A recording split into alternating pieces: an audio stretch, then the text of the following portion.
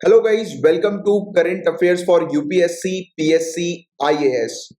Guys, अगर आप UPSC civil services की तैयारी कर रहे हैं या किसी भी स्टेट सिविल सर्विसेज एग्जामिनेशन की तैयारी कर रहे हैं तो बिल्कुल सही जगह पर आप आए हैं। यहां पर सभी सोर्सेज से न्यूज को कवर किया जाता है, जैसे कि the Hindu, Indian Express, Times of India, Live Mint जैसे जो न्यूज़पेपर्स होते हैं उनकी न्यूज को कवर किया जाता है। पीआईबी के रिपोर्ट्स को डिस्कस करते हैं। राज्यसभा टेलीविजन में जो भी इंपॉर्टेंट डिबेट्स डिस्कशन आती हैं उनको लेक्चर के दौरान कवर किया जाता है। Even EPW, down to earth Yojana जैसी जो मैगजीन्स होती हैं उनके आर्टिकल्स को भी कवर करते हैं। तो आप डेली रेगुलर अगर क्लासेस को अटेंड करेंगे, रिलीजियसली क्लासेस को फॉलो करेंगे तो आपको 100% गारंटी सक्सेस मिलेगी और आपका 100% गारंटी सिलेक्शन होगा।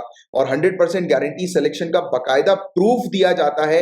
नीचे डिस्क्रिप्शन पर आपको प्रूफ्स मिल जाएंगे, आप चेक कर सकते हैं कि previous year civil services examination में हमने जो टॉपिक्स कवर कराए थे उन्हीं से रिलेटेड क्वेश्चंस बने हैं। तो फटाफट चैनल को सब्सक्राइब कर लीजिए अगर आपने सब्सक्राइब नहीं किया है तो। इवन हम लोग काफी सारे हाई क्वालिटी जनरल स्टडीज के कोर्सेज भी ऑफर करते हैं।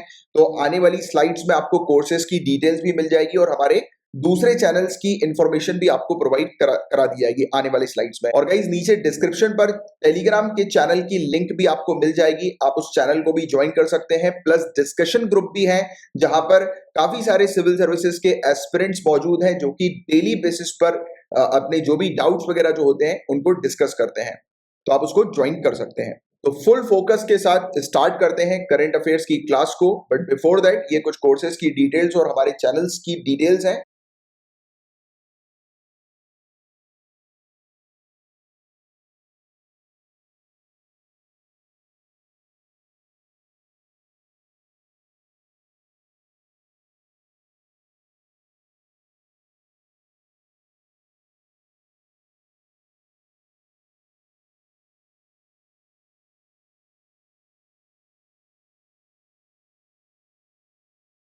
आने वाले कल के आईएएस आईपीएस ऑफिसर्स को मेरा नमस्कार। तो चलिए गाइस, क्लास को स्टार्ट करते हैं। स्टार्ट करेंगे पेपर 1 के पहले टॉपिक से। देखिए, यहां पर बात हो रही है ग्रैंड इथियोपियन रेनाइसेंस डैम के बारे में। तो आपको इस टॉपिक से रिलेटेड मेनली जो ध्यान में रखना है, ये लोकेशन ध्यान में रखनी है कि ये डैम कहां पर है। तो इथियोपियन लिखा है, तो इथियोपिया कंट्री में ये डैम हम लोग को देखने को मिलता है, राइट। और अभी ये बनाया जा रहा है और आप देखिए इसमें नाम जो है ना इसका, ये क्या है, ग्रैंड इथियोपियन रेनाइसेंस डैम। तो जब ये डैम बनकर तैयार हो जाएगा तो सबसे बड़ा, अफ्रीका का सबसे बड़ा हाइड्रो पावर डैम ये होने वाला है। तो point to be noted, Africa का सबसे largest hydro power electric project ये हम लोग को देखने को मिलने वाला है, राइट। तो ये वाली चीज आपको थोड़ी सी ध्यान में रखनी है इसके बारे में। इसकी लोकेशन हम लोग को इथियोपिया में देखने को मिलती है। इथियोपिया के अंदर हम बात करें बेनीशानगुल गुमुज क्षेत्र में ये हमें देखने को मिलती है, राइट, इथियोपिया के अंदर। तो मेनली आपको तो इथियोपिया ध्यान में रखना है। पहले इसे मिलेनियम डैम के नाम से भी जाना जाता था और ये अभी अंडर कंस्ट्रक्शन है। और अगर बाई चांस ये वाला क्वेश्चन आ जाए कि किस नदी के ऊपर ये डैम बनाया जा रहा है, तो ब्लू नाइल रिवर। तो ब्लू नाइल रिवर जो है वो आप लोग को थोड़ा सा पता रखना है, राइट। और सूडान से ये 40 किलोमीटर ईस्ट पर हम लोग को देखने को मिल रहा है। तो आप मुझे नीचे कमेंट बॉक्स पर अभी लिखकर बताएंगे कि इथियोपिया के साथ कौन सी कंट्रीज जो है वो अपनी बाउंड्री शेयर करती हैं, कौन सी कंट्रीज इथियोपिया के साथ अपनी बाउंड्री शेयर करती है। अभी के अभी नीचे कमेंट बॉक्स पर इसका आंसर लिखकर बताएं। तो पेपर 1 से रिलेटेड सिर्फ एक छोटा सा टॉपिक था। अब हम लोग पेपर 2 के टॉपिक की तरफ आगे बढ़ रहे हैं। एंड गाइस, हमारे जनरल स्टडीज के काफी सारे कोर्सेज अवेलेबल हैं, राइट। अगर आप सीरियसली सिविल सर्विसेज की तैयारी कर रहे हैं तो आप कोर्सेज को ज्वाइन कर सकते हैं। नीचे मतलब लेक्चर के एंड में जो है मैं आपको इन कोर्सेज की डिटेल्स दूंगा, ठीक है। अभी सिर्फ अपन प्रिपरेशन पर फोकस करते हैं। देखिए, एक टर्म आया है रिवेंज टूरिज्म करके। आपसे क्वेश्चन पूछा जाएगा प्रीलिम्स में कि रिवेंज टूरिज्म अभी न्यूज में था, ये किससे रिलेटेड है बताइए। तो देखिए, ये जो शब्द है ना, ये रिवेंज टूरिज्म का, ये लिया गया है रिवेंज स्पेंडिंग से। रिवेंज स्पेंडिंग से, जो कि 1980s में चाइना के अंदर हमें देखने को मिली थी, राइट। इस समय हुआ क्या था कि एकदम से लोगों ने जो है वो काफी ज्यादा जो है वो स्पेंडिंग करना शुरू कर दी थी, काफी तेजी से खर्चा करना लोगों ने शुरू कर दिया था, राइट। और चीन में जैसे ही तत्कालीन प्रतिबंधों को हटाया गया, जैसे ही कुछ बैन्स वगैरह लगे हुए थे, रेस्ट्रिक्शंस वगैरह लगे हुए थे चाइना के अंदर स्पेंडिंग को लेकर, जैसे ही वो हटाया गया, एकदम से खर्च करने की एक विस्फोटक प्रवृत्ति जो है वो लोगों में देखी गई, राइट। तो ये चाइना से ये टर्म उठाया कौन सा वाला, रिवेंज स्पेंडिंग का। और आज की डेट में रिवेंज टूरिज्म हम लोग को इसलिए ये टर्म देखने को मिल रहा है क्योंकि लॉकडाउन के चलते अब लोग जो है उनकी हालत खराब है, राइट। लॉकडाउन के चलते बेचारे कहीं आ जा नहीं पा रहे, तो जैसी रिस्ट्रिक्शन हटे एकदम से भीड़ भड़का हम लोग को देखने को मिल गया, खुल गया था। अभी आपको पता होगा हिल स्टेशन पर जो टूरिस्ट स्पॉट हम लोग को देखने को मिल रहा है, शिमला, कुल्लू मनाली, तो यहाँ पर एकदम से भीड़ जो है वो इकट्ठा हो गई है, राइट। तो इसको लेकर काफी क्रिटिसाइज भी किया जा रहा है लोगों के द्वारा कि देखो लॉकडाउन में थोड़े से रिस्ट्रिक्शन खत्म नहीं हुए कि लोग बाग इस प्रकार से घूमने निकल गए और इस प्रकार से भीड़ भड़का कर रहे हैं, राइट, टूरिस्ट स्पॉट्स पे।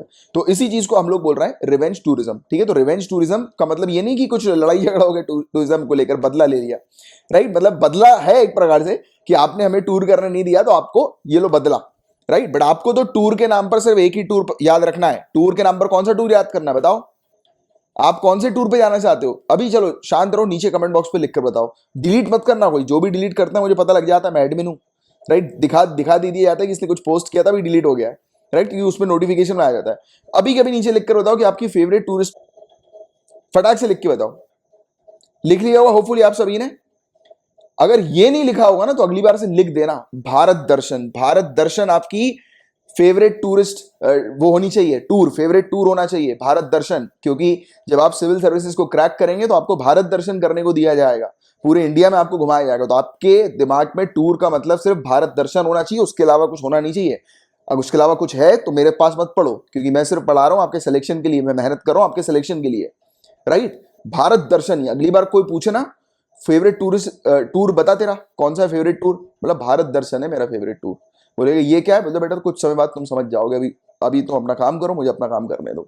तो प्रिपरेशन में कमी मत छोड़ना, क्योंकि भारत दर्शन आप सभी लोग को करना है, राइट। तो देखो इसको डिस्क्राइब किया गया है, आप ये रिवेंज टूरिज्म, सिर्फ इतनी सी बस चीज आप लोग को रिवेंज टूरिज्म से रिलेटेड ध्यान में रखनी है। अब white flag campaign, white flag campaign question आएगा। व्हाइट फ्लैग कैंपेन जो है वो कहां पर हुआ है, तो आपको मलेशिया ध्यान में रखना है, ये आंसर है। मलेशिया में हम लोग को व्हाइट फ्लैग कैंपेन देखने को मिला है।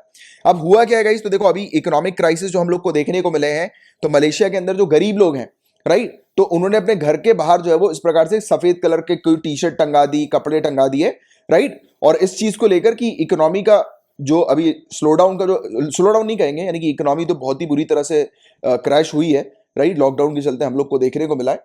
तो ये जो इकोनॉमी के जो इफेक्ट है जो गरीबों पे जो पड़े हैं, राइट, कमाई वगैरह उनकी बिल्कुल ठप हो गई है, खाने पीने के लिए उनके सब पैसे नहीं है। तो इन लोगों ने क्या किया, मलेशिया के अंदर जो गरीब लोग हैं इन्होंने अपने घर के बाहर सफेद कपड़े लटका दिए, जिससे कि जो भी लोग मदद करने वाले, जो भी लोग जो है आसपास के एरिया में गुड समरीतन जिसको हम लोग बोलते हैं, तो वो आ जाएं इस पर्टिकुलर व्हाइट फ्लैग को देखकर। तो ये व्हाइट फ्लैग का रीजन हम लोग को देखने को मिल रहा है। तो point to be noted, white flag campaign जो है वो कहां का है, मलेशिया का है। क्यों इस व्हाइट फ्लैग कैंपेन मलेशिया के अंदर हमें देखने को मिल रहा है, तो उसका ये आपको मैंने रीजन बता दिया। तो कहां का है और क्यों व्हाइट फ्लैग कैंपेन हुआ, सिर्फ ये दो चीज सिविल सर्विसेज के लिए आपको ध्यान में रखनी है। तो लो इनकम फैमिली जो है उन्होंने व्हाइट फ्लैग जो है वो बाहर, अपने घर के बाहर जो है वो टंगा दिया। इस व्हाइट फ्लैग को बेंडेरा पूटी भी जो है वो कहा जा रहा है, बेंडेरा पूटी। तो लॉकडाउन के दौरान आर्थिक तंगी के संकट को अवगत कराने के लिए ये अभियान जो है वो हमें मलेशिया के अंदर देखने को मिल रहा है। तो मलेशिया आप लोग को ध्यान में रखना, और आइडिया यही है कि इस व्हाइट फ्लैग को देखकर लोग जो है वो आ जाएं और हेल्प कर दें उस पर्टिकुलर परिवार की, उस पर्टिकुलर घर की। तो ये वाली चीज बस आप लोग को इससे रिलेटेड ध्यान में रखनी है, बस सिंपल सी चीज, ठीक है। अब देखिए गाइस, ये वाला जो टॉपिक है ये फॉरेस्ट राइट्स एक्ट से रिलेटेड ये टॉपिक हम लोग को देखने को मिल रहा है, फॉरेस्ट राइट्स एक्ट, राइट। तो इसके बारे में हम लोग चर्चा करेंगे। तो क्या आप मुझे नीचे कमेंट बॉक्स पर लिखकर बता सकते हैं फॉरेस्ट राइट्स एक्ट जो है वो किस सन का कानून है, कौन से ईयर का ये कानून हमें देखने को मिलता है, बता सकते हैं? जल्दी बताओ नीचे कमेंट बॉक्स पे लिखकर। तो देखो मैंने कुछ पॉइंट जो है वो इस प्रकार से इस टॉपिक से रिलेटेड बनाए हुए हैं, बिल्कुल सिर्फ 3 पेजेस में थोड़े से हैं। आप अगर अपने पेज पर कवर करेंगे ये सब पॉइंट्स को, तो मुश्किल से 1 पेज में आपका ये पूरा फॉरेस्ट राइट एक्ट जो है वो टॉपिक पूरा का पूरा फिनिश हो जाएगा। तो क्या क्या चीजें फॉरेस्ट राइट एक्ट से रिलेटेड आपको ध्यान में रखनी है? सबसे पहली चीज तो 2006 का ये कानून हम लोग को देखने को मिल रहा है, 2006 का, कभी कभी ये वाला भी डायरेक्ट क्वेश्चन आ जाता है। और दूसरा एक क्वेश्चन बनेगा कि ये कानून जो है फॉरेस्ट राइट्स एक्ट क्यों लाया गया। तो क्या है, फॉरेस्ट राइट्स, वन अधिकार हमें देखने को मिल रहा है।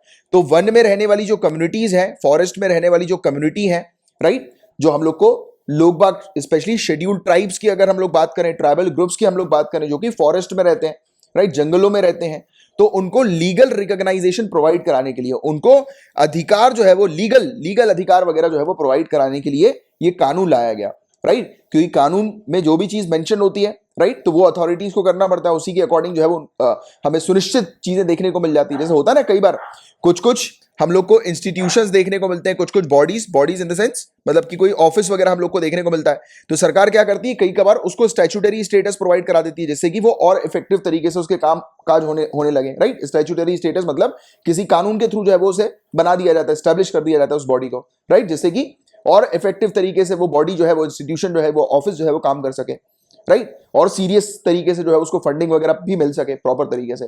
तो यही चीज हुई कि फॉरेस्ट में रहने वाली जो जनजाति वगैरह हम लोग को देखने को मिलती है, ट्राइबल ग्रुप्स वगैरह जो हम लोग को देखने को मिलते हैं, तो उनको अधिकार प्रोवाइड कराने के लिए ये फॉरेस्ट राइट्स एक्ट 2006 हमें देखने को मिला था, लाया गया था। तो पहला पॉइंट आपको क्लियर है, कोई इसी प्रकार का कोई कंफ्यूजन तो नहीं। तो अब सवाल ये उठता है कौन से अधिकार इनको दिए जाते हैं। पहली बात तो वो जंगल में रह रहे हैं, तो कौन सी जगह होगी उनकी, तो ओनरशिप राइट, राइट, कि किस जगह पर उनका अधिकार होगा, तो ओनरशिप राइट इसके अंदर पहला हमें देखने को मिलता है।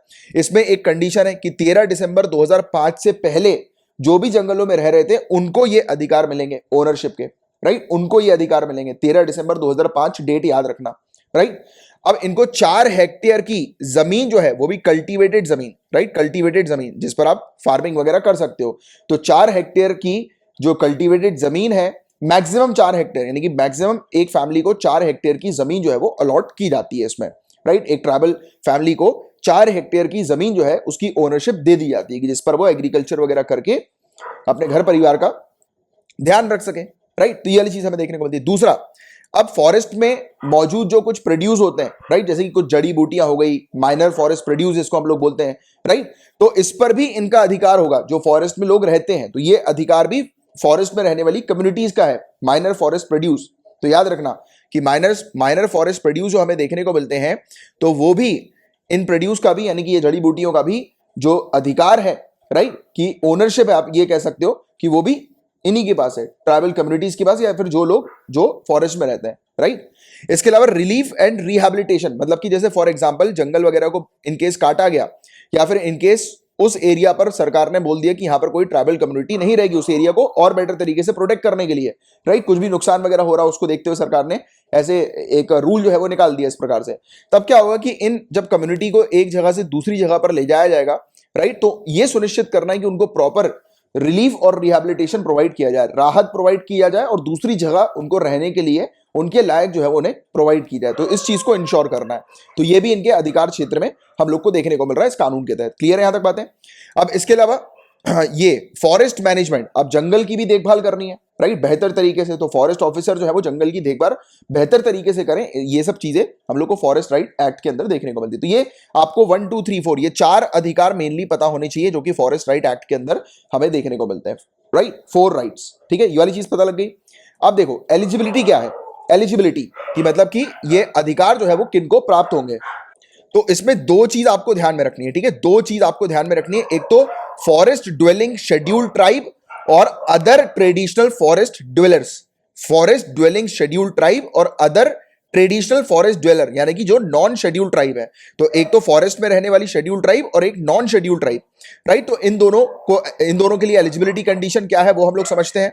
तो पहली बात तो फॉरेस्ट ड्वेलिंग शेड्यूल्ड ट्राइब के लिए ये सुनिश्चित करना है कि वो शेड्यूल्ड ट्राइब होने चाहिए, राइट, शेड्यूल्ड ट्राइब होने चाहिए, फर्स्ट पॉइंट।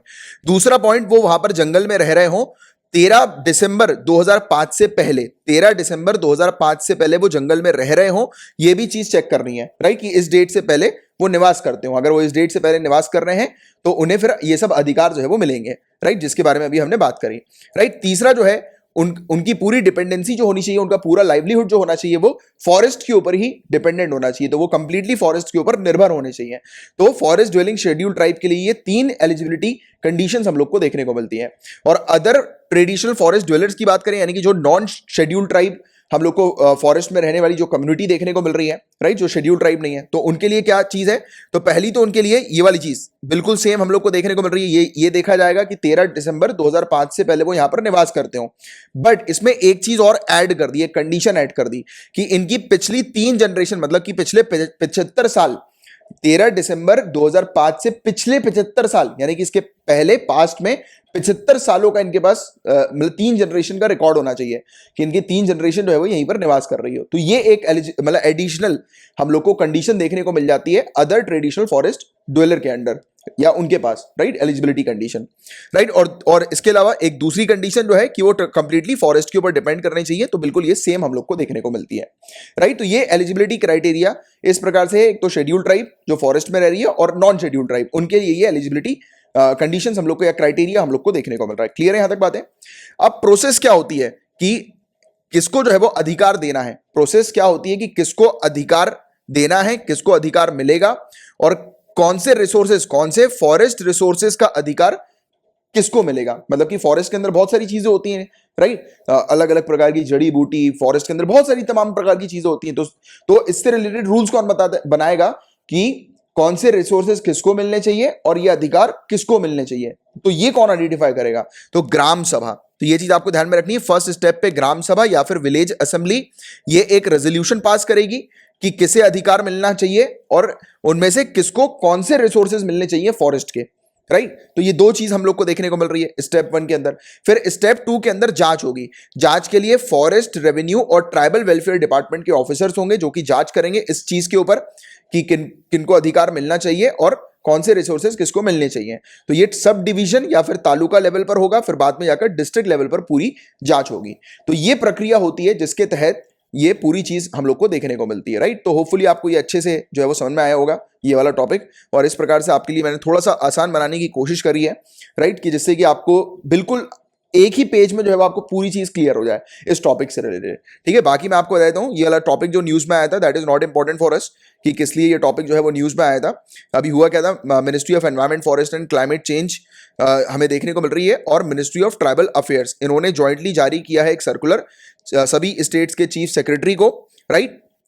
और इन्हें बोला गया है कि फॉरेस्ट राइट एक्ट 2006 जो है उसको सभी स्टेट गवर्नमेंट्स में लागू किया जाए, तो लागू करने की जिम्मेदारी जो है वो दी गई है। तो ये वाली चीजें इतना ये इंपॉर्टेंट नहीं, यहां से क्वेश्चन जो है वो आपसे नहीं पूछे जाएंगे, राइट। तो ये सब चीजें तो, और देखिए अभी चिंता वाली बात क्या है, मेन चीज आपको ये थोड़ा सा ध्यान में रखना है इस न्यूज में, ये वाला पॉइंट आपके लिए इंपॉर्टेंट नहीं है बट फिर भी एक चिंता वाली बात ये है कि जैसे कि 2006 का ये कानून है बट देन टू अभी तक ये कानून जो है वो मतलब वो नहीं हो पाया, यानी कि लागू नहीं हो पाया पूरी तरह से। तो ये एक बड़ा चिंतन वाली बात है, राइट, कि अभी तक 2006 में पास हुआ कानून अभी तक लागू नहीं हुआ है प्रॉपर तरीके से, इसलिए ये जॉइंट सर्कुलर जो है वो निकाला गया है, राइट। तो ये वाला एक कंसर्न आपको ध्यान में रखना है, अगर फॉरेस्ट राइट से रिलेटेड कुछ क्वेश्चन आता है मेंस वगैरह में तो ये चिंता जो है वो आप मेंशन कर सकते हैं कि अभी तक जो है वो लागू नहीं हुआ है। अभी तक लागू नहीं होने का मतलब कि जो वनवासी जो है, जो फॉरेस्ट में निवास करते हैं जो लोग, तो उनको प्रॉपर अधिकार नहीं मिल पा रहे हैं, राइट। तो ये वाली चीज हम लोग को देखने को मिल रही है। और इसके सेक्शन 5 के अंदर हम लोग को ड्यूटीज देखने को मिलती है,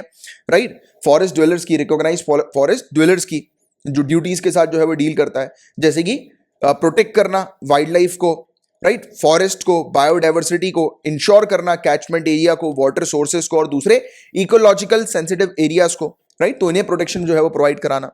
सेक्शन 3 क्लॉज 1 इसका जो हम लोग को देखने को मिलता है इस कानून का, राइट, तो इसमें अधिकार की बात की गई है, प्रोटेक्ट करना, रीजनरेट करना, कंजर्व करना, मैनेज करना कोई भी कम्युनिटी फॉरेस्ट रिसोर्सेज हैं उसको, और बताया गया कि ये सब प्रोविजन जो है मेंशन तो है बट इसको स्ट्रिक्ट तरीके से जो है वो नहीं रखा गया है, स्ट्रिक्टली जो है वो उसको नहीं रखा गया जिसको रखने की आवश्यकता थी। तो ये चीज थी न्यूज में पूरी।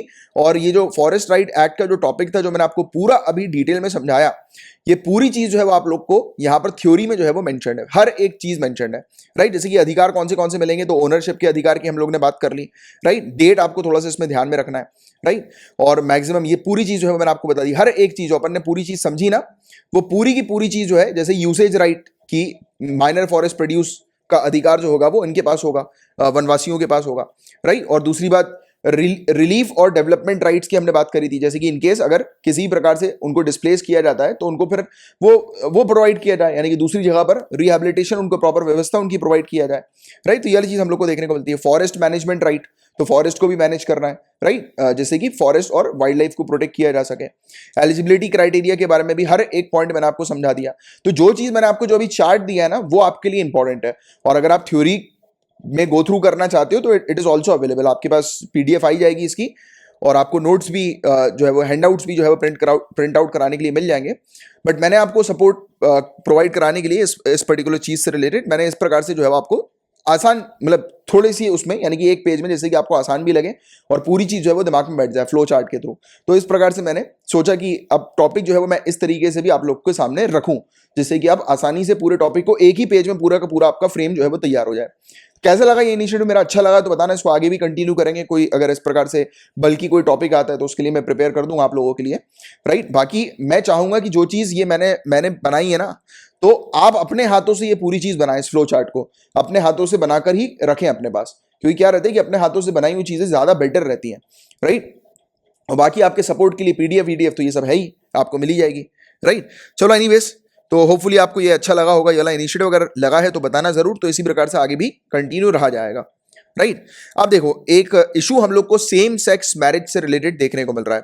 सेम सेक्स मैरिज, तो एक फ्रेश पिटीशन जो है वो लागू हुई है, राइट। ये लीगल रिकॉग्नाइजेशन चाह रहे हैं, राइट। एक पिटिशनर जो है लीगल रिकॉग्नाइजेशन चाह रहे हैं सेम सेक्स मैरिज का, राइट। यानी कि दो पुरुष हैं, राइट। तो हम लोग को देखने को मिल रहा है कि ये इन्होंने मैरिज कर ली है, राइट। और अभी ये चाह रहे हैं OCI, overseas citizen of India, अपने स्पाउस के लिए, मतलब कि अपने पार्टनर के लिए। अब इसमें बीवी और पति तो बोल नहीं सकते, राइट। तो अपने स्पाउस ही बोलना पड़ेगा, लाइफ पार्टनर ही बोलना पड़ेगा। तो एक पिटिशनर है, हुआ क्या है कि हमारा जो कानून हमें देखने को मिलता है जो कि OCI स्टेटस प्रोवाइड कराता है, तो उससे रिलेटेड इन्होंने क्या, इनको चिंता है कि ये एप्लीकेशन जो OCI की, overseas citizen of India card holder की, और उनका पार्टनर जो है वो US सिटीजन है, राइट। तो उसकी एप्लीकेशन जब ये फाइल करेंगे, क्योंकि एप्लीकेशन में हमारे ये चीज़ नहीं लिखी, सेम सेक्स मैरिज की बात जो है वो एप्लीकेशन में मेंशन नहीं है, राइट। सेम सेक्स की एप्लीकेशन में जो है वो नहीं लिखा हुआ है, राइट, कि अगर कोई मैरिज करता है तो उसमें ये नहीं मेंशन्ड है कि मैरिज जो होना चाहिए, कपल जो होना चाहिए वो सेम सेक्स का होना चाहिए। तो उसको डर है जो पिटिशनर है कि वो अगर अपने सेम सेक्स कपल के साथ उसने मैरी की हुई है और वो चाह रहा है ओवरसीज सिटीजन ऑफ इंडिया अपने स्पाउस के लिए, अपने लाइफ पार्टनर के लिए, राइट। तो वो चाह रहा है कि डर है कि उसकी एप्लीकेशन रिजेक्ट ना हो जाए, राइट। क्योंकि वो अटेस्ट करेगा पूरी डॉक्यूमेंट्स वगैरह, और उसमें डॉक्यूमेंट में अधिकारी देखेंगे कि अरे ये तो सेम सेक्स है, और सेम सेक्स का तो प्रोविजन है ही नहीं, राइट, मैरिज का, कि किसी को OCI कार्ड जो है वो प्रोवाइड कराना है। तो इसको लेकर उसे डर है कि उसकी एप्लीकेशन जो है वो एक्सेप्ट नहीं की जाएगी। तो इसको लेकर इसने एक पिटीशन जो है वो फाइल करी थी। तो आप बात को समझे, मुद्दे को समझे। एक USA का निवासी है, राइट, और वो इंडियन ओरिजिन का है, यानी कि उसके पास ओवरसीज सिटीजन ऑफ इंडिया का कार्ड है। अब आपको पता है कि जो ओवरसीज सिटीजन ऑफ इंडिया का कार्ड जिनके पास होता है, और उनकी शादी को अगर 2 साल मिनिमम हो गए होते हैं, राइट, मतलब कंप्लीट हो गए होते हैं 2 साल, तो फिर उसके बाद वो अपने लाइफ पार्टनर के लिए भी OCI कार्ड को एप्लीकेशन जो है फाइल कर सकते हैं, OCI कार्ड की, अपने लाइफ पार्टनर के लिए, अपने स्पाउस के लिए, या हस्बैंड या बीवी के लिए, राइट। बट अब इसको डर है क्योंकि ये सेम सेक्स मैरिज करी है इसने। अब इसको डर है कि कहीं अधिकारी जो है वो इसकी OCI, मतलब इसके स्पाउस की, इसके लाइफ पार्टनर की OCI कार्ड की एप्लीकेशन जो है वो रिजेक्ट ना कर दें, राइट। तो इसको लेकर इसने थोड़ी सी पिटीशन जो है वो डाली है दिल्ली हाई कोर्ट में, राइट। तो ये वाली चीज़ हम लोग को देखने को मिली है, राइट। तो आपको इसके बारे में एक थोड़ा सा आइडिया होना चाहिए, जानकारी होनी चाहिए। तो देखो, आज की डेट की डिमांड क्या है। तो सिटीजनशिप एक्ट 1955 का जो है, इसने डिस्टिंग्विश नहीं किया है सेम सेक्स के बारे में, राइट।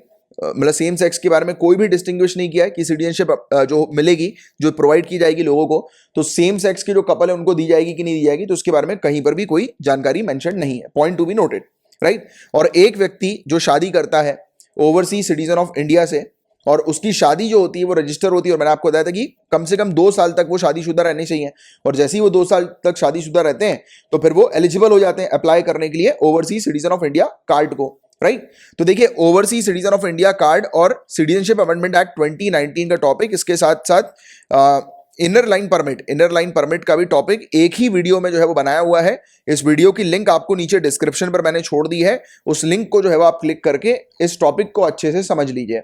ये तीनों टॉपिक जो है आपको मिल जाएंगे। करीब 28-30 मिनट का ये पूरा लेक्चर है, जिसमें पूरा का पूरा ये तीनों टॉपिक एक्सप्लेन किए हुए हैं। अगर जिन स्टूडेंट्स को ओवरसीज सिटीजन ऑफ इंडिया के टॉपिक को समझना है, सिटीजनशिप अमेंडमेंट एक्ट 2019 को समझना है, तो नीचे डिस्क्रिप्शन पर आपको लिंक मिल जाएगी, ठीक है। अब देखो, इसने एक और चीज डिमांड करी कि यार वो जो कंसुलेट जनरल ऑफ इंडिया जो है, मतलब कि कल को आप इंडियन फॉरेन सर्विसेज में सेलेक्ट हो जाते हो, राइट, और उसके बाद जब आपको जो है वो बाहर भेज दिया जाएगा, राइट, मतलब कि आप बाहर पोस्ट हो जाओगे, आपको पोस्टिंग जो है वो बाहर मिल जाएगी, राइट, फॉरेन में, तब उसके बाद आप भी कंसुलेट हो गए, राइट। तो जो कंसुलेट है, consulate general of India New York के अंदर जो है, तो इन्होंने ये भी कहा है, यानी कि पेटिशनर ने, कि उनको थोड़ा सा डायरेक्शन दे दो कि वो मतलब मेरी एप्लीकेशन को बैन ना करें, राइट, मुझे ओसीआई कार्ड के लिए इन एलिजिबल ना डिक्लेयर कर दें, राइट। तो उसने ये रिक्वेस्ट करी है एक प्रकार की कि ऑफिसर एप्लीकेशन ना रोकें, तो ये उसने रिक्वेस्ट करी है पेटिशनर ने। तो ये चीज़ भी आपके लिए इंपॉर्टेंट नहीं है वैसे तो, राइट। आपके लिए इस टॉपिक के अंदर क्या क्या चीज़ें इंपॉर्टेंट है, देखो, ये ओसीआई के बारे में आपको पढ़ना है, सिटीजनशिप अमेंडमेंट एक्ट के बारे में आपको पढ़ना है, और आपको ये आइडिया होना चाहिए कि सिटीजनशिप एक्ट जो 1955 का जो हमें देखने को मिलता है, इसमें सेम सेक्स मैरिज का जो है वो कोई प्रपोजल हम लोग को नहीं देखने को मिला, या प्रोविजन नहीं है सेम सेक्स मैरिज का, राइट। तो ये वाली चीज मेनली आपको पता होनी चाहिए। और इसने ये भी बोला है कि इस प्रकार से फॉरेनर अगर मैरिज करते हैं सेम सेक्स, यानी कि सेम सेक्स मैरिज होती है और वो अगर इंडियन सिटीजनशिप चाहते हैं, राइट, तो ऐसा प्रोविजन ऐड करो। अगर प्रोविजन ऐड नहीं करोगे तो ये तो सीधे सीधे उल्लंघन है आर्टिकल 14 और आर्टिकल 21 का, राइट। तो ये वाली चीज भी इसने कही, मतलब बताया इसके वकील ने कि देखो यार, ये तो उल्लंघन हम लोग को देखने को मिल रहा है, तो इस पर कुछ एक्शन लिया जाए, इसको इंक्लूड किया जाए, राइट।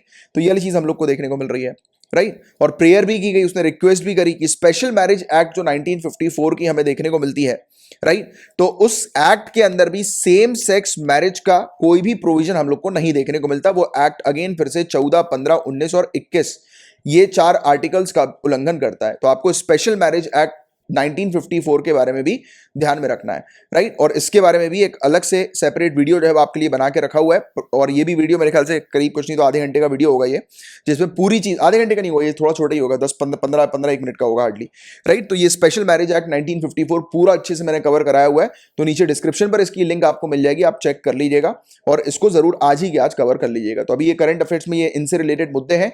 अब हम लोग को अगर सिविल सर्विसेज की प्रॉपर प्रिपरेशन करनी है तो ये बहुत जरूरी होता है कि सिर्फ जो करंट अफेयर्स में आए सिर्फ उस तक सीमित नहीं रहना है, उसमें स्टैटिक पोर्शन जो होता है, जनरल स्टडीज का जो पोर्शन होता है, उसको लेते हुए कवर करते हुए चलना है, राइट। तो ये चीज मेरे रेगुलर स्टूडेंट को पता है, जो रेगुलर बेसिस पर अपने साथ जुड़ते भी है नए स्टूडेंट, तो उनको ये वाली चीज मैंने बता दी। और बाकी आपके लिए एक क्वेश्चन है, जरा डिफाइन करो आर्टिकल 14, 15, 19 और 21 को नीचे कमेंट बॉक्स में लिखकर, राइट। और इंडिया के अंदर करंट सिनेरियो हम लोग को क्या देखने को मिलता है कि एक्सेप्टेंस जो मैरिज का हम लोग को सेम जेंडर का देखने को मिलता है, वो ना ही रिकॉग्नाइज किया गया इंडिया के अंदर, ना ही एक्सेप्ट किया जाता है, राइट। और कोई भी ऐसा पर्सनल लॉ के अंदर भी, अनकोडिफाइड पर्सनल लॉ के अंदर भी, या फिर अगर कोडिफाइड स्टैट्यूटरी लॉज की भी बात कर लो, यानी कि जो कानून बनाए गए सरकार के द्वारा, राइट, इंडिया के द्वारा, तो उसमें भी कहीं पर भी सेम सेक्स मैरिज का जो है वो कोई भी प्रोविजन हम लोग को नहीं देखने को मिलता है। अब ये वर्ड जो है वो आप फिल कर सकते हो क्या, मा कला डला डिडिंग डिडिंग, आप फिल कर लो, ठीक है। तो ये वाली चीज है। अब आगे की बात करेंगे इस, तो homosexuality was legalised by Supreme Court. हालांकि ऑनरेबल सुप्रीम कोर्ट ने, आपको पता होगा इसकी एक केस था Navtej Singh Johar versus Union of India का केस।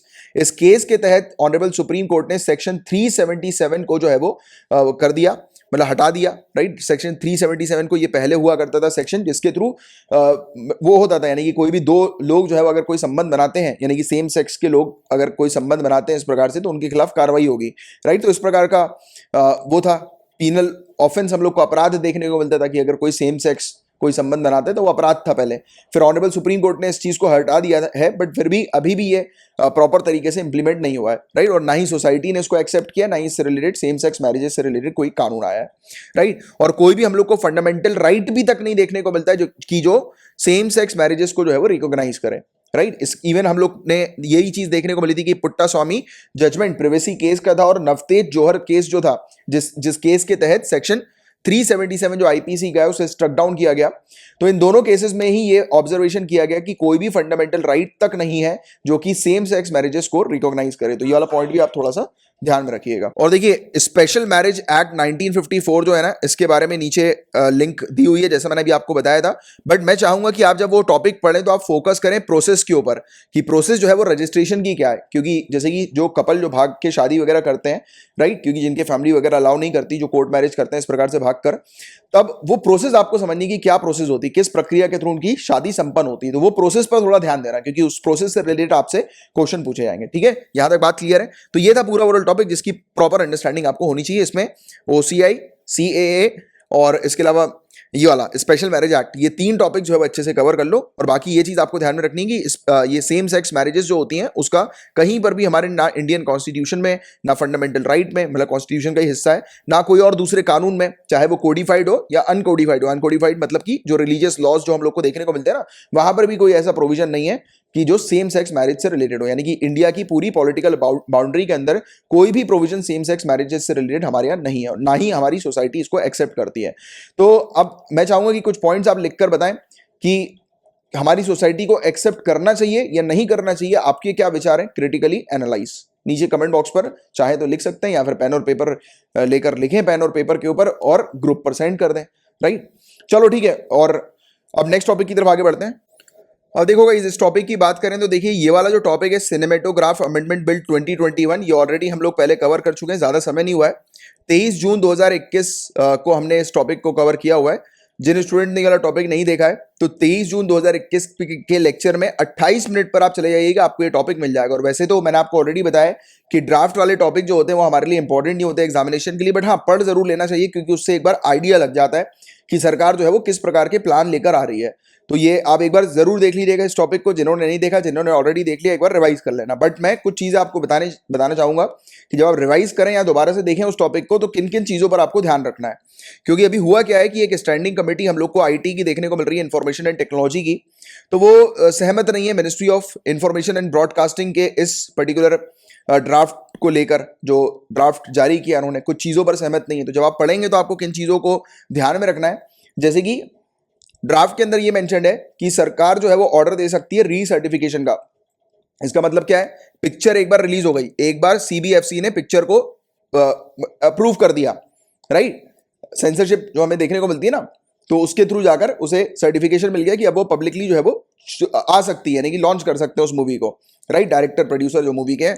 तो अब उन्होंने एक बार सर्टिफाई कर दिया उस मूवी को, तो अगर फिर से अगर सरकार के पास अगर कुछ लोगों की एप्लीकेशन आती है, कुछ आपत्ति करते हैं कुछ कम्युनिटी कुछ लोग, तो सरकार फिर से ऑर्डर कर सकती है कि उस फिल्म को जो है वो सर्टिफाई करो। तो रीसर्टिफिकेशन को लेकर इन्होंने बोला कि ये रीसर्टिफिकेशन का जो इशू है, मतलब ये जो मुद्दा जो आपने ऐड किया या प्रोविजन जो आपने ऐड किया वो ठीक नहीं है, राइट। तो ये वाली चीज जो है वो अभी कही गई। तो आपको कुछ नहीं करना है, आपको जब ये टॉपिक पढ़ोगे तो रीसर्टिफिकेशन वाले चीज जब मैंने वो समझाई आपको, तो उस पर थोड़ा ध्यान से सुनना, राइट, उस चीज को।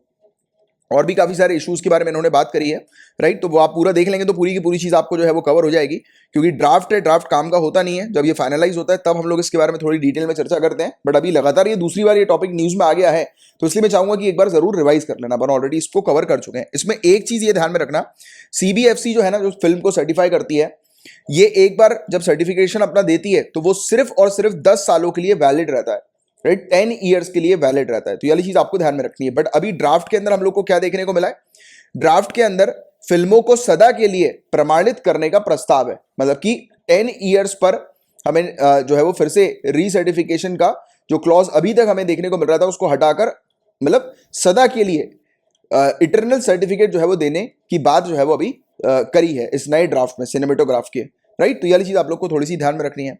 और सरकार का कहना है कि रीजनेबल रिस्ट्रिक्शन ये हम लोग को देखने को मिल रहा है, राइट। तो ये वाली चीज है। और बाकी आज भी एक और रिपीटेड टॉपिक है, अब सैटरडे वाले दिन काफी सारे कई बार रिपीटेड टॉपिक आ ही जाते हैं। तो रिक्यूजल ऑफ जजेस, ये काफी ज्यादा इंपॉर्टेंट टॉपिक है ये। इस टॉपिक की लिंक भी आपको नीचे डिस्क्रिप्शन पर मिल जाएगी। बहुत इंपॉर्टेंट टॉपिक है, मैं बता रहा हूं ना, पिछले 5-6 महीनों में ये टॉपिक कुछ नहीं तो 7-8 बार आ चुका होगा, आराम से आ चुका होगा। तो रिक्यूजल ऑफ जजेस का ये टॉपिक हम लोग को देखने को मिल रहा है। एक बार इस टॉपिक को आप कवर कर लीजिएगा। अभी ये टॉपिक न्यूज में क्यों आया है उसका मैं आपको आइडिया देता हूं।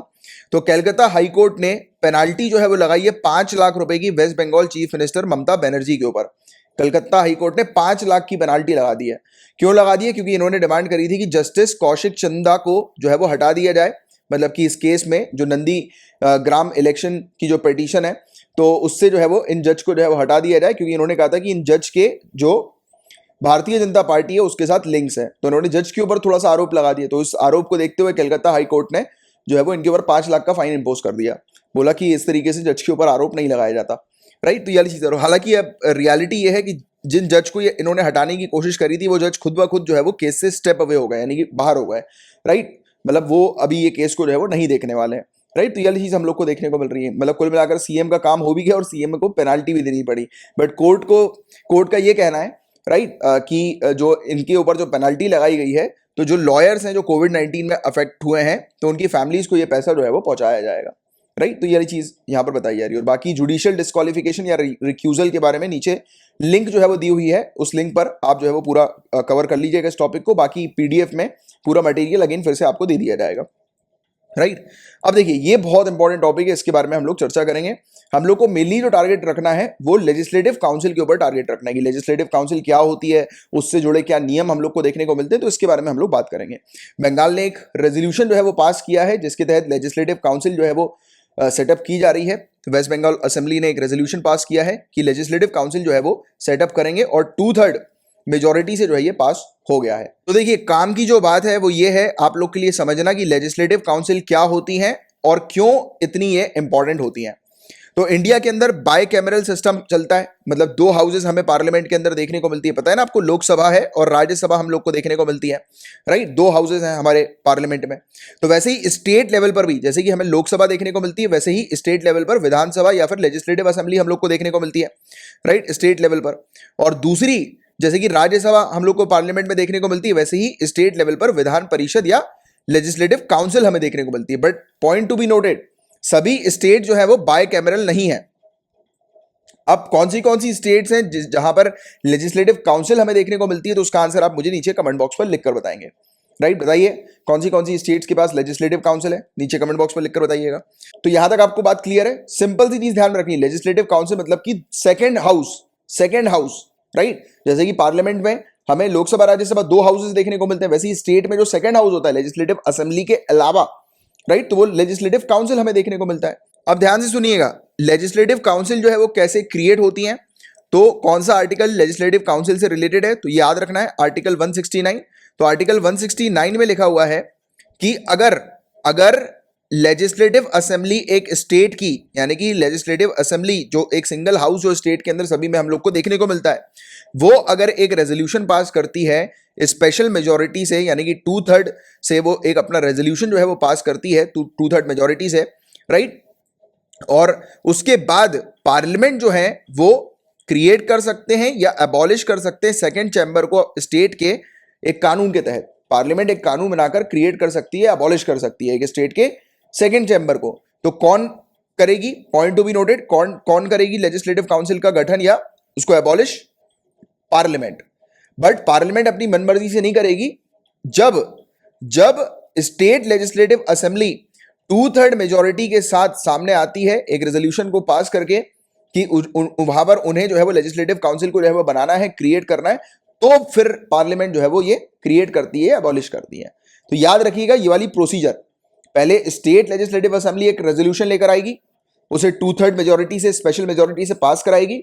उसके बाद पार्लियामेंट जो है वो एक्शन लेगी और एक कानून के थ्रू जो है वो क्रिएट करेगी या अबॉलिश करेगी। वो डिपेंड करेगा कि रेजोल्यूशन जो है वो अबॉलिश करने से रिलेटेड है, खत्म करने से रिलेटेड है लेजिस्लेटिव काउंसिल को, या बनाने से रिलेटेड है। ठीक है, तो ये पॉइंट क्लियर रखो।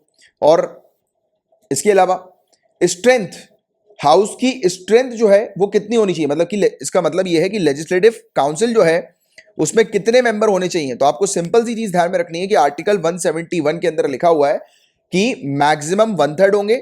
स्टेट लेजिस्लेटिव असेंबली जो है उसके maximum 1/3 members, right, 1/3 total number of member जो लेजिस्लेटिव असेंबली के होंगे उसके 1/3, यानी कि जितने लेजिस्लेटिव असेंबली में मेंबर हैं उसका आप 1/3 कर दो, राइट। तो उतने मेंबर जो होने चाहिए वो मैक्सिमम होने चाहिए, और मिनिमम जो होनी चाहिए वो 40 मेंबर की बॉडी होनी चाहिए। तो ये 2 पॉइंट ध्यान में रखना। आर्टिकल 171 क्लॉज 1 इसके अंदर ये बताया हुआ है कि हाउस की स्ट्रेंथ कितनी होनी चाहिए लेजिस्लेटिव काउंसिल के, मिनिमम 40 होनी चाहिए, मैक्सिमम जो स्टेट लेजिस्लेटिव असेंबली की जो टोटल मेंबरशिप है यानी कि टोटल सीट्स है उसका 1/3 लेजिस्लेटिव काउंसिल के टोटल मेंबर होने चाहिए। तो ये पॉइंट आप लोग को थोड़ा सा ध्यान में रखना है। अब देखिए ये बहुत इंपॉर्टेंट चीज है कि काउंसिल के मेंबर जो है वो कैसे इलेक्ट होते हैं, राइट। उस प्रक्रिया को आपको समझना जरूरी है, इससे रिलेटेड पहले क्वेश्चन आ चुका है, ये इंपॉर्टेंट पॉइंट है।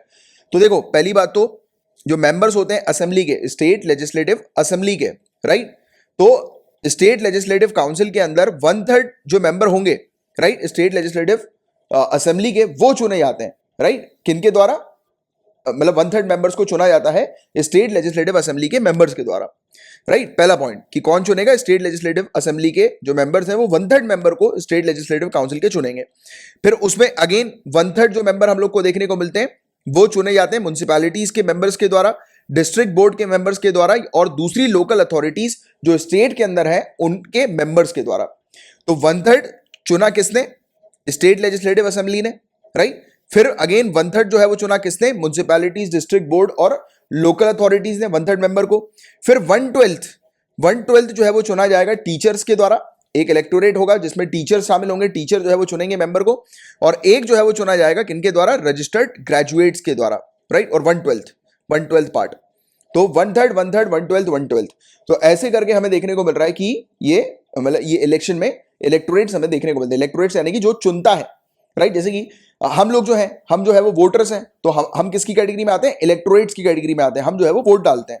देखो ये डेफिनेशन भी आप देखो, ये इलेक्टोरेट की, all the people who can vote in a region, या एक कंट्री में सभी वो लोग जो लोग वोट डाल सकते हैं, राइट। वोटिंग में वो इलेक्टोरेट हम लोग को देखने को मिलता है। जैसे कि हमारे केस में हम वोटर्स हैं, यानी कि एक क्षेत्र की, जैसे कि आपको पता होगा कि आप अपनी कॉन्स्टिट्यूएंसी से एमपी एमएलए चुनते हो, राइट। तो आपकी कॉन्स्टिट्यूएंसी के आप क्या हुए, आप वोटर हुए आपकी कॉन्स्टिट्यूएंसी के।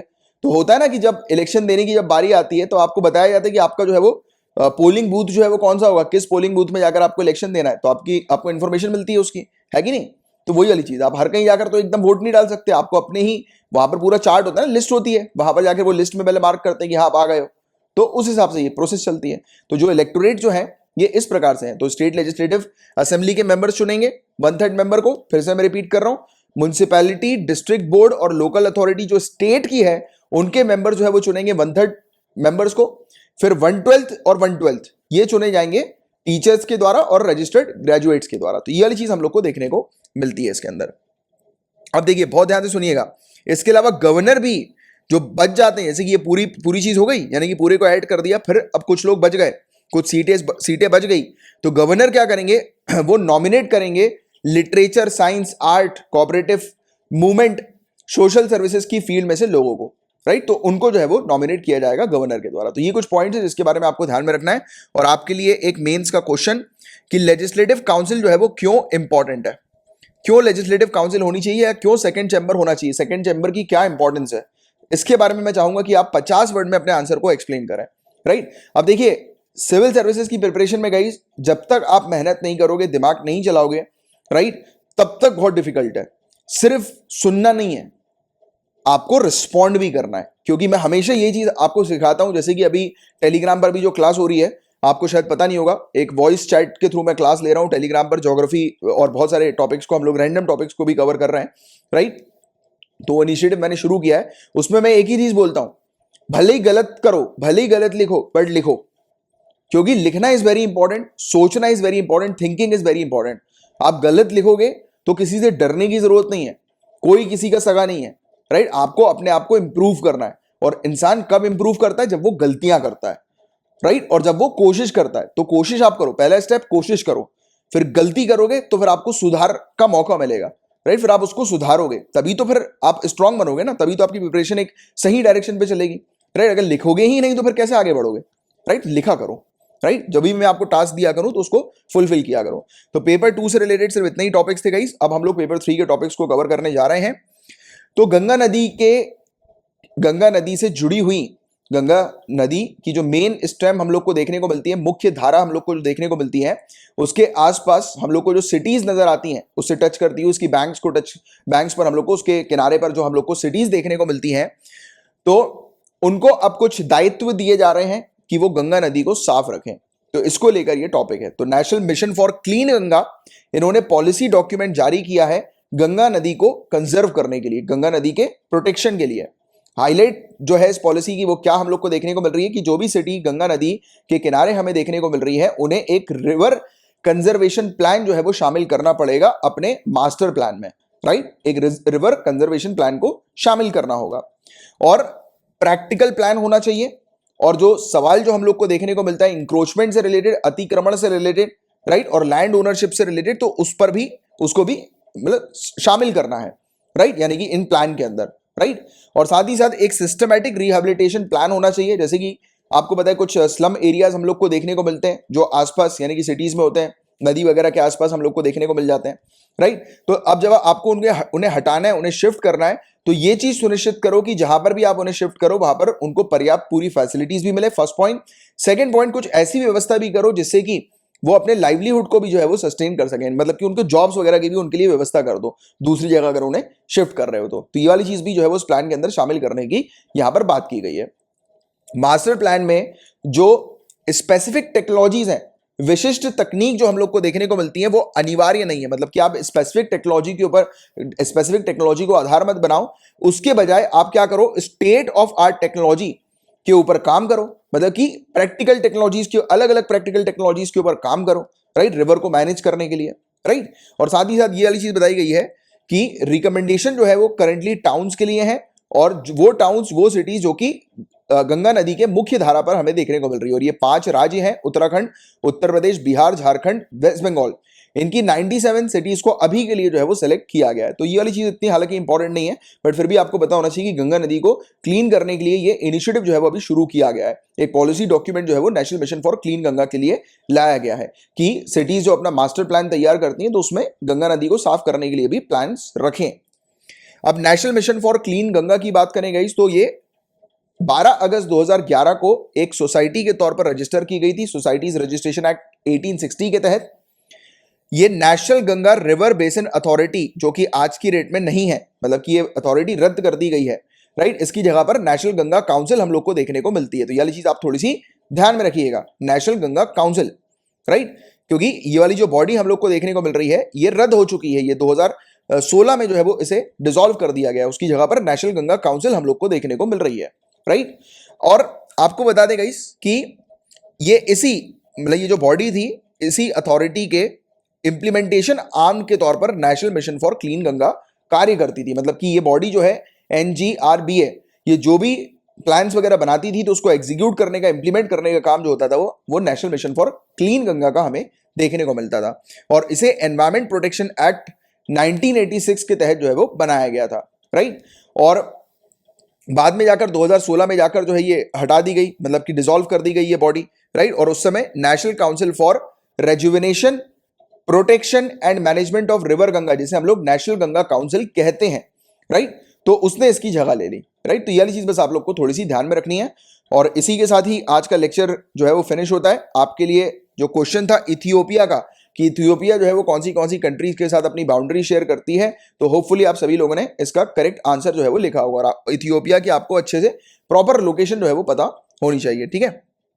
अब मैं आपको कुछ कोर्सेज के बारे में बता देता हूं। और एक और इंपॉर्टेंट चीज, कल रिवीजन क्लास के साथ साथ एक एडिशनल क्लास भी आएगी, क्योंकि कुछ 2-4 टॉपिक जो है वो छूट गए थे लास्ट वीक में, तो वो मैं वहां पर कवर करा दूंगा कल की क्लास में, ठीक है। कल संडे को एक रिवीजन क्लास के साथ साथ एक एडिशनल क्लास अलग से आएगी, ठीक है।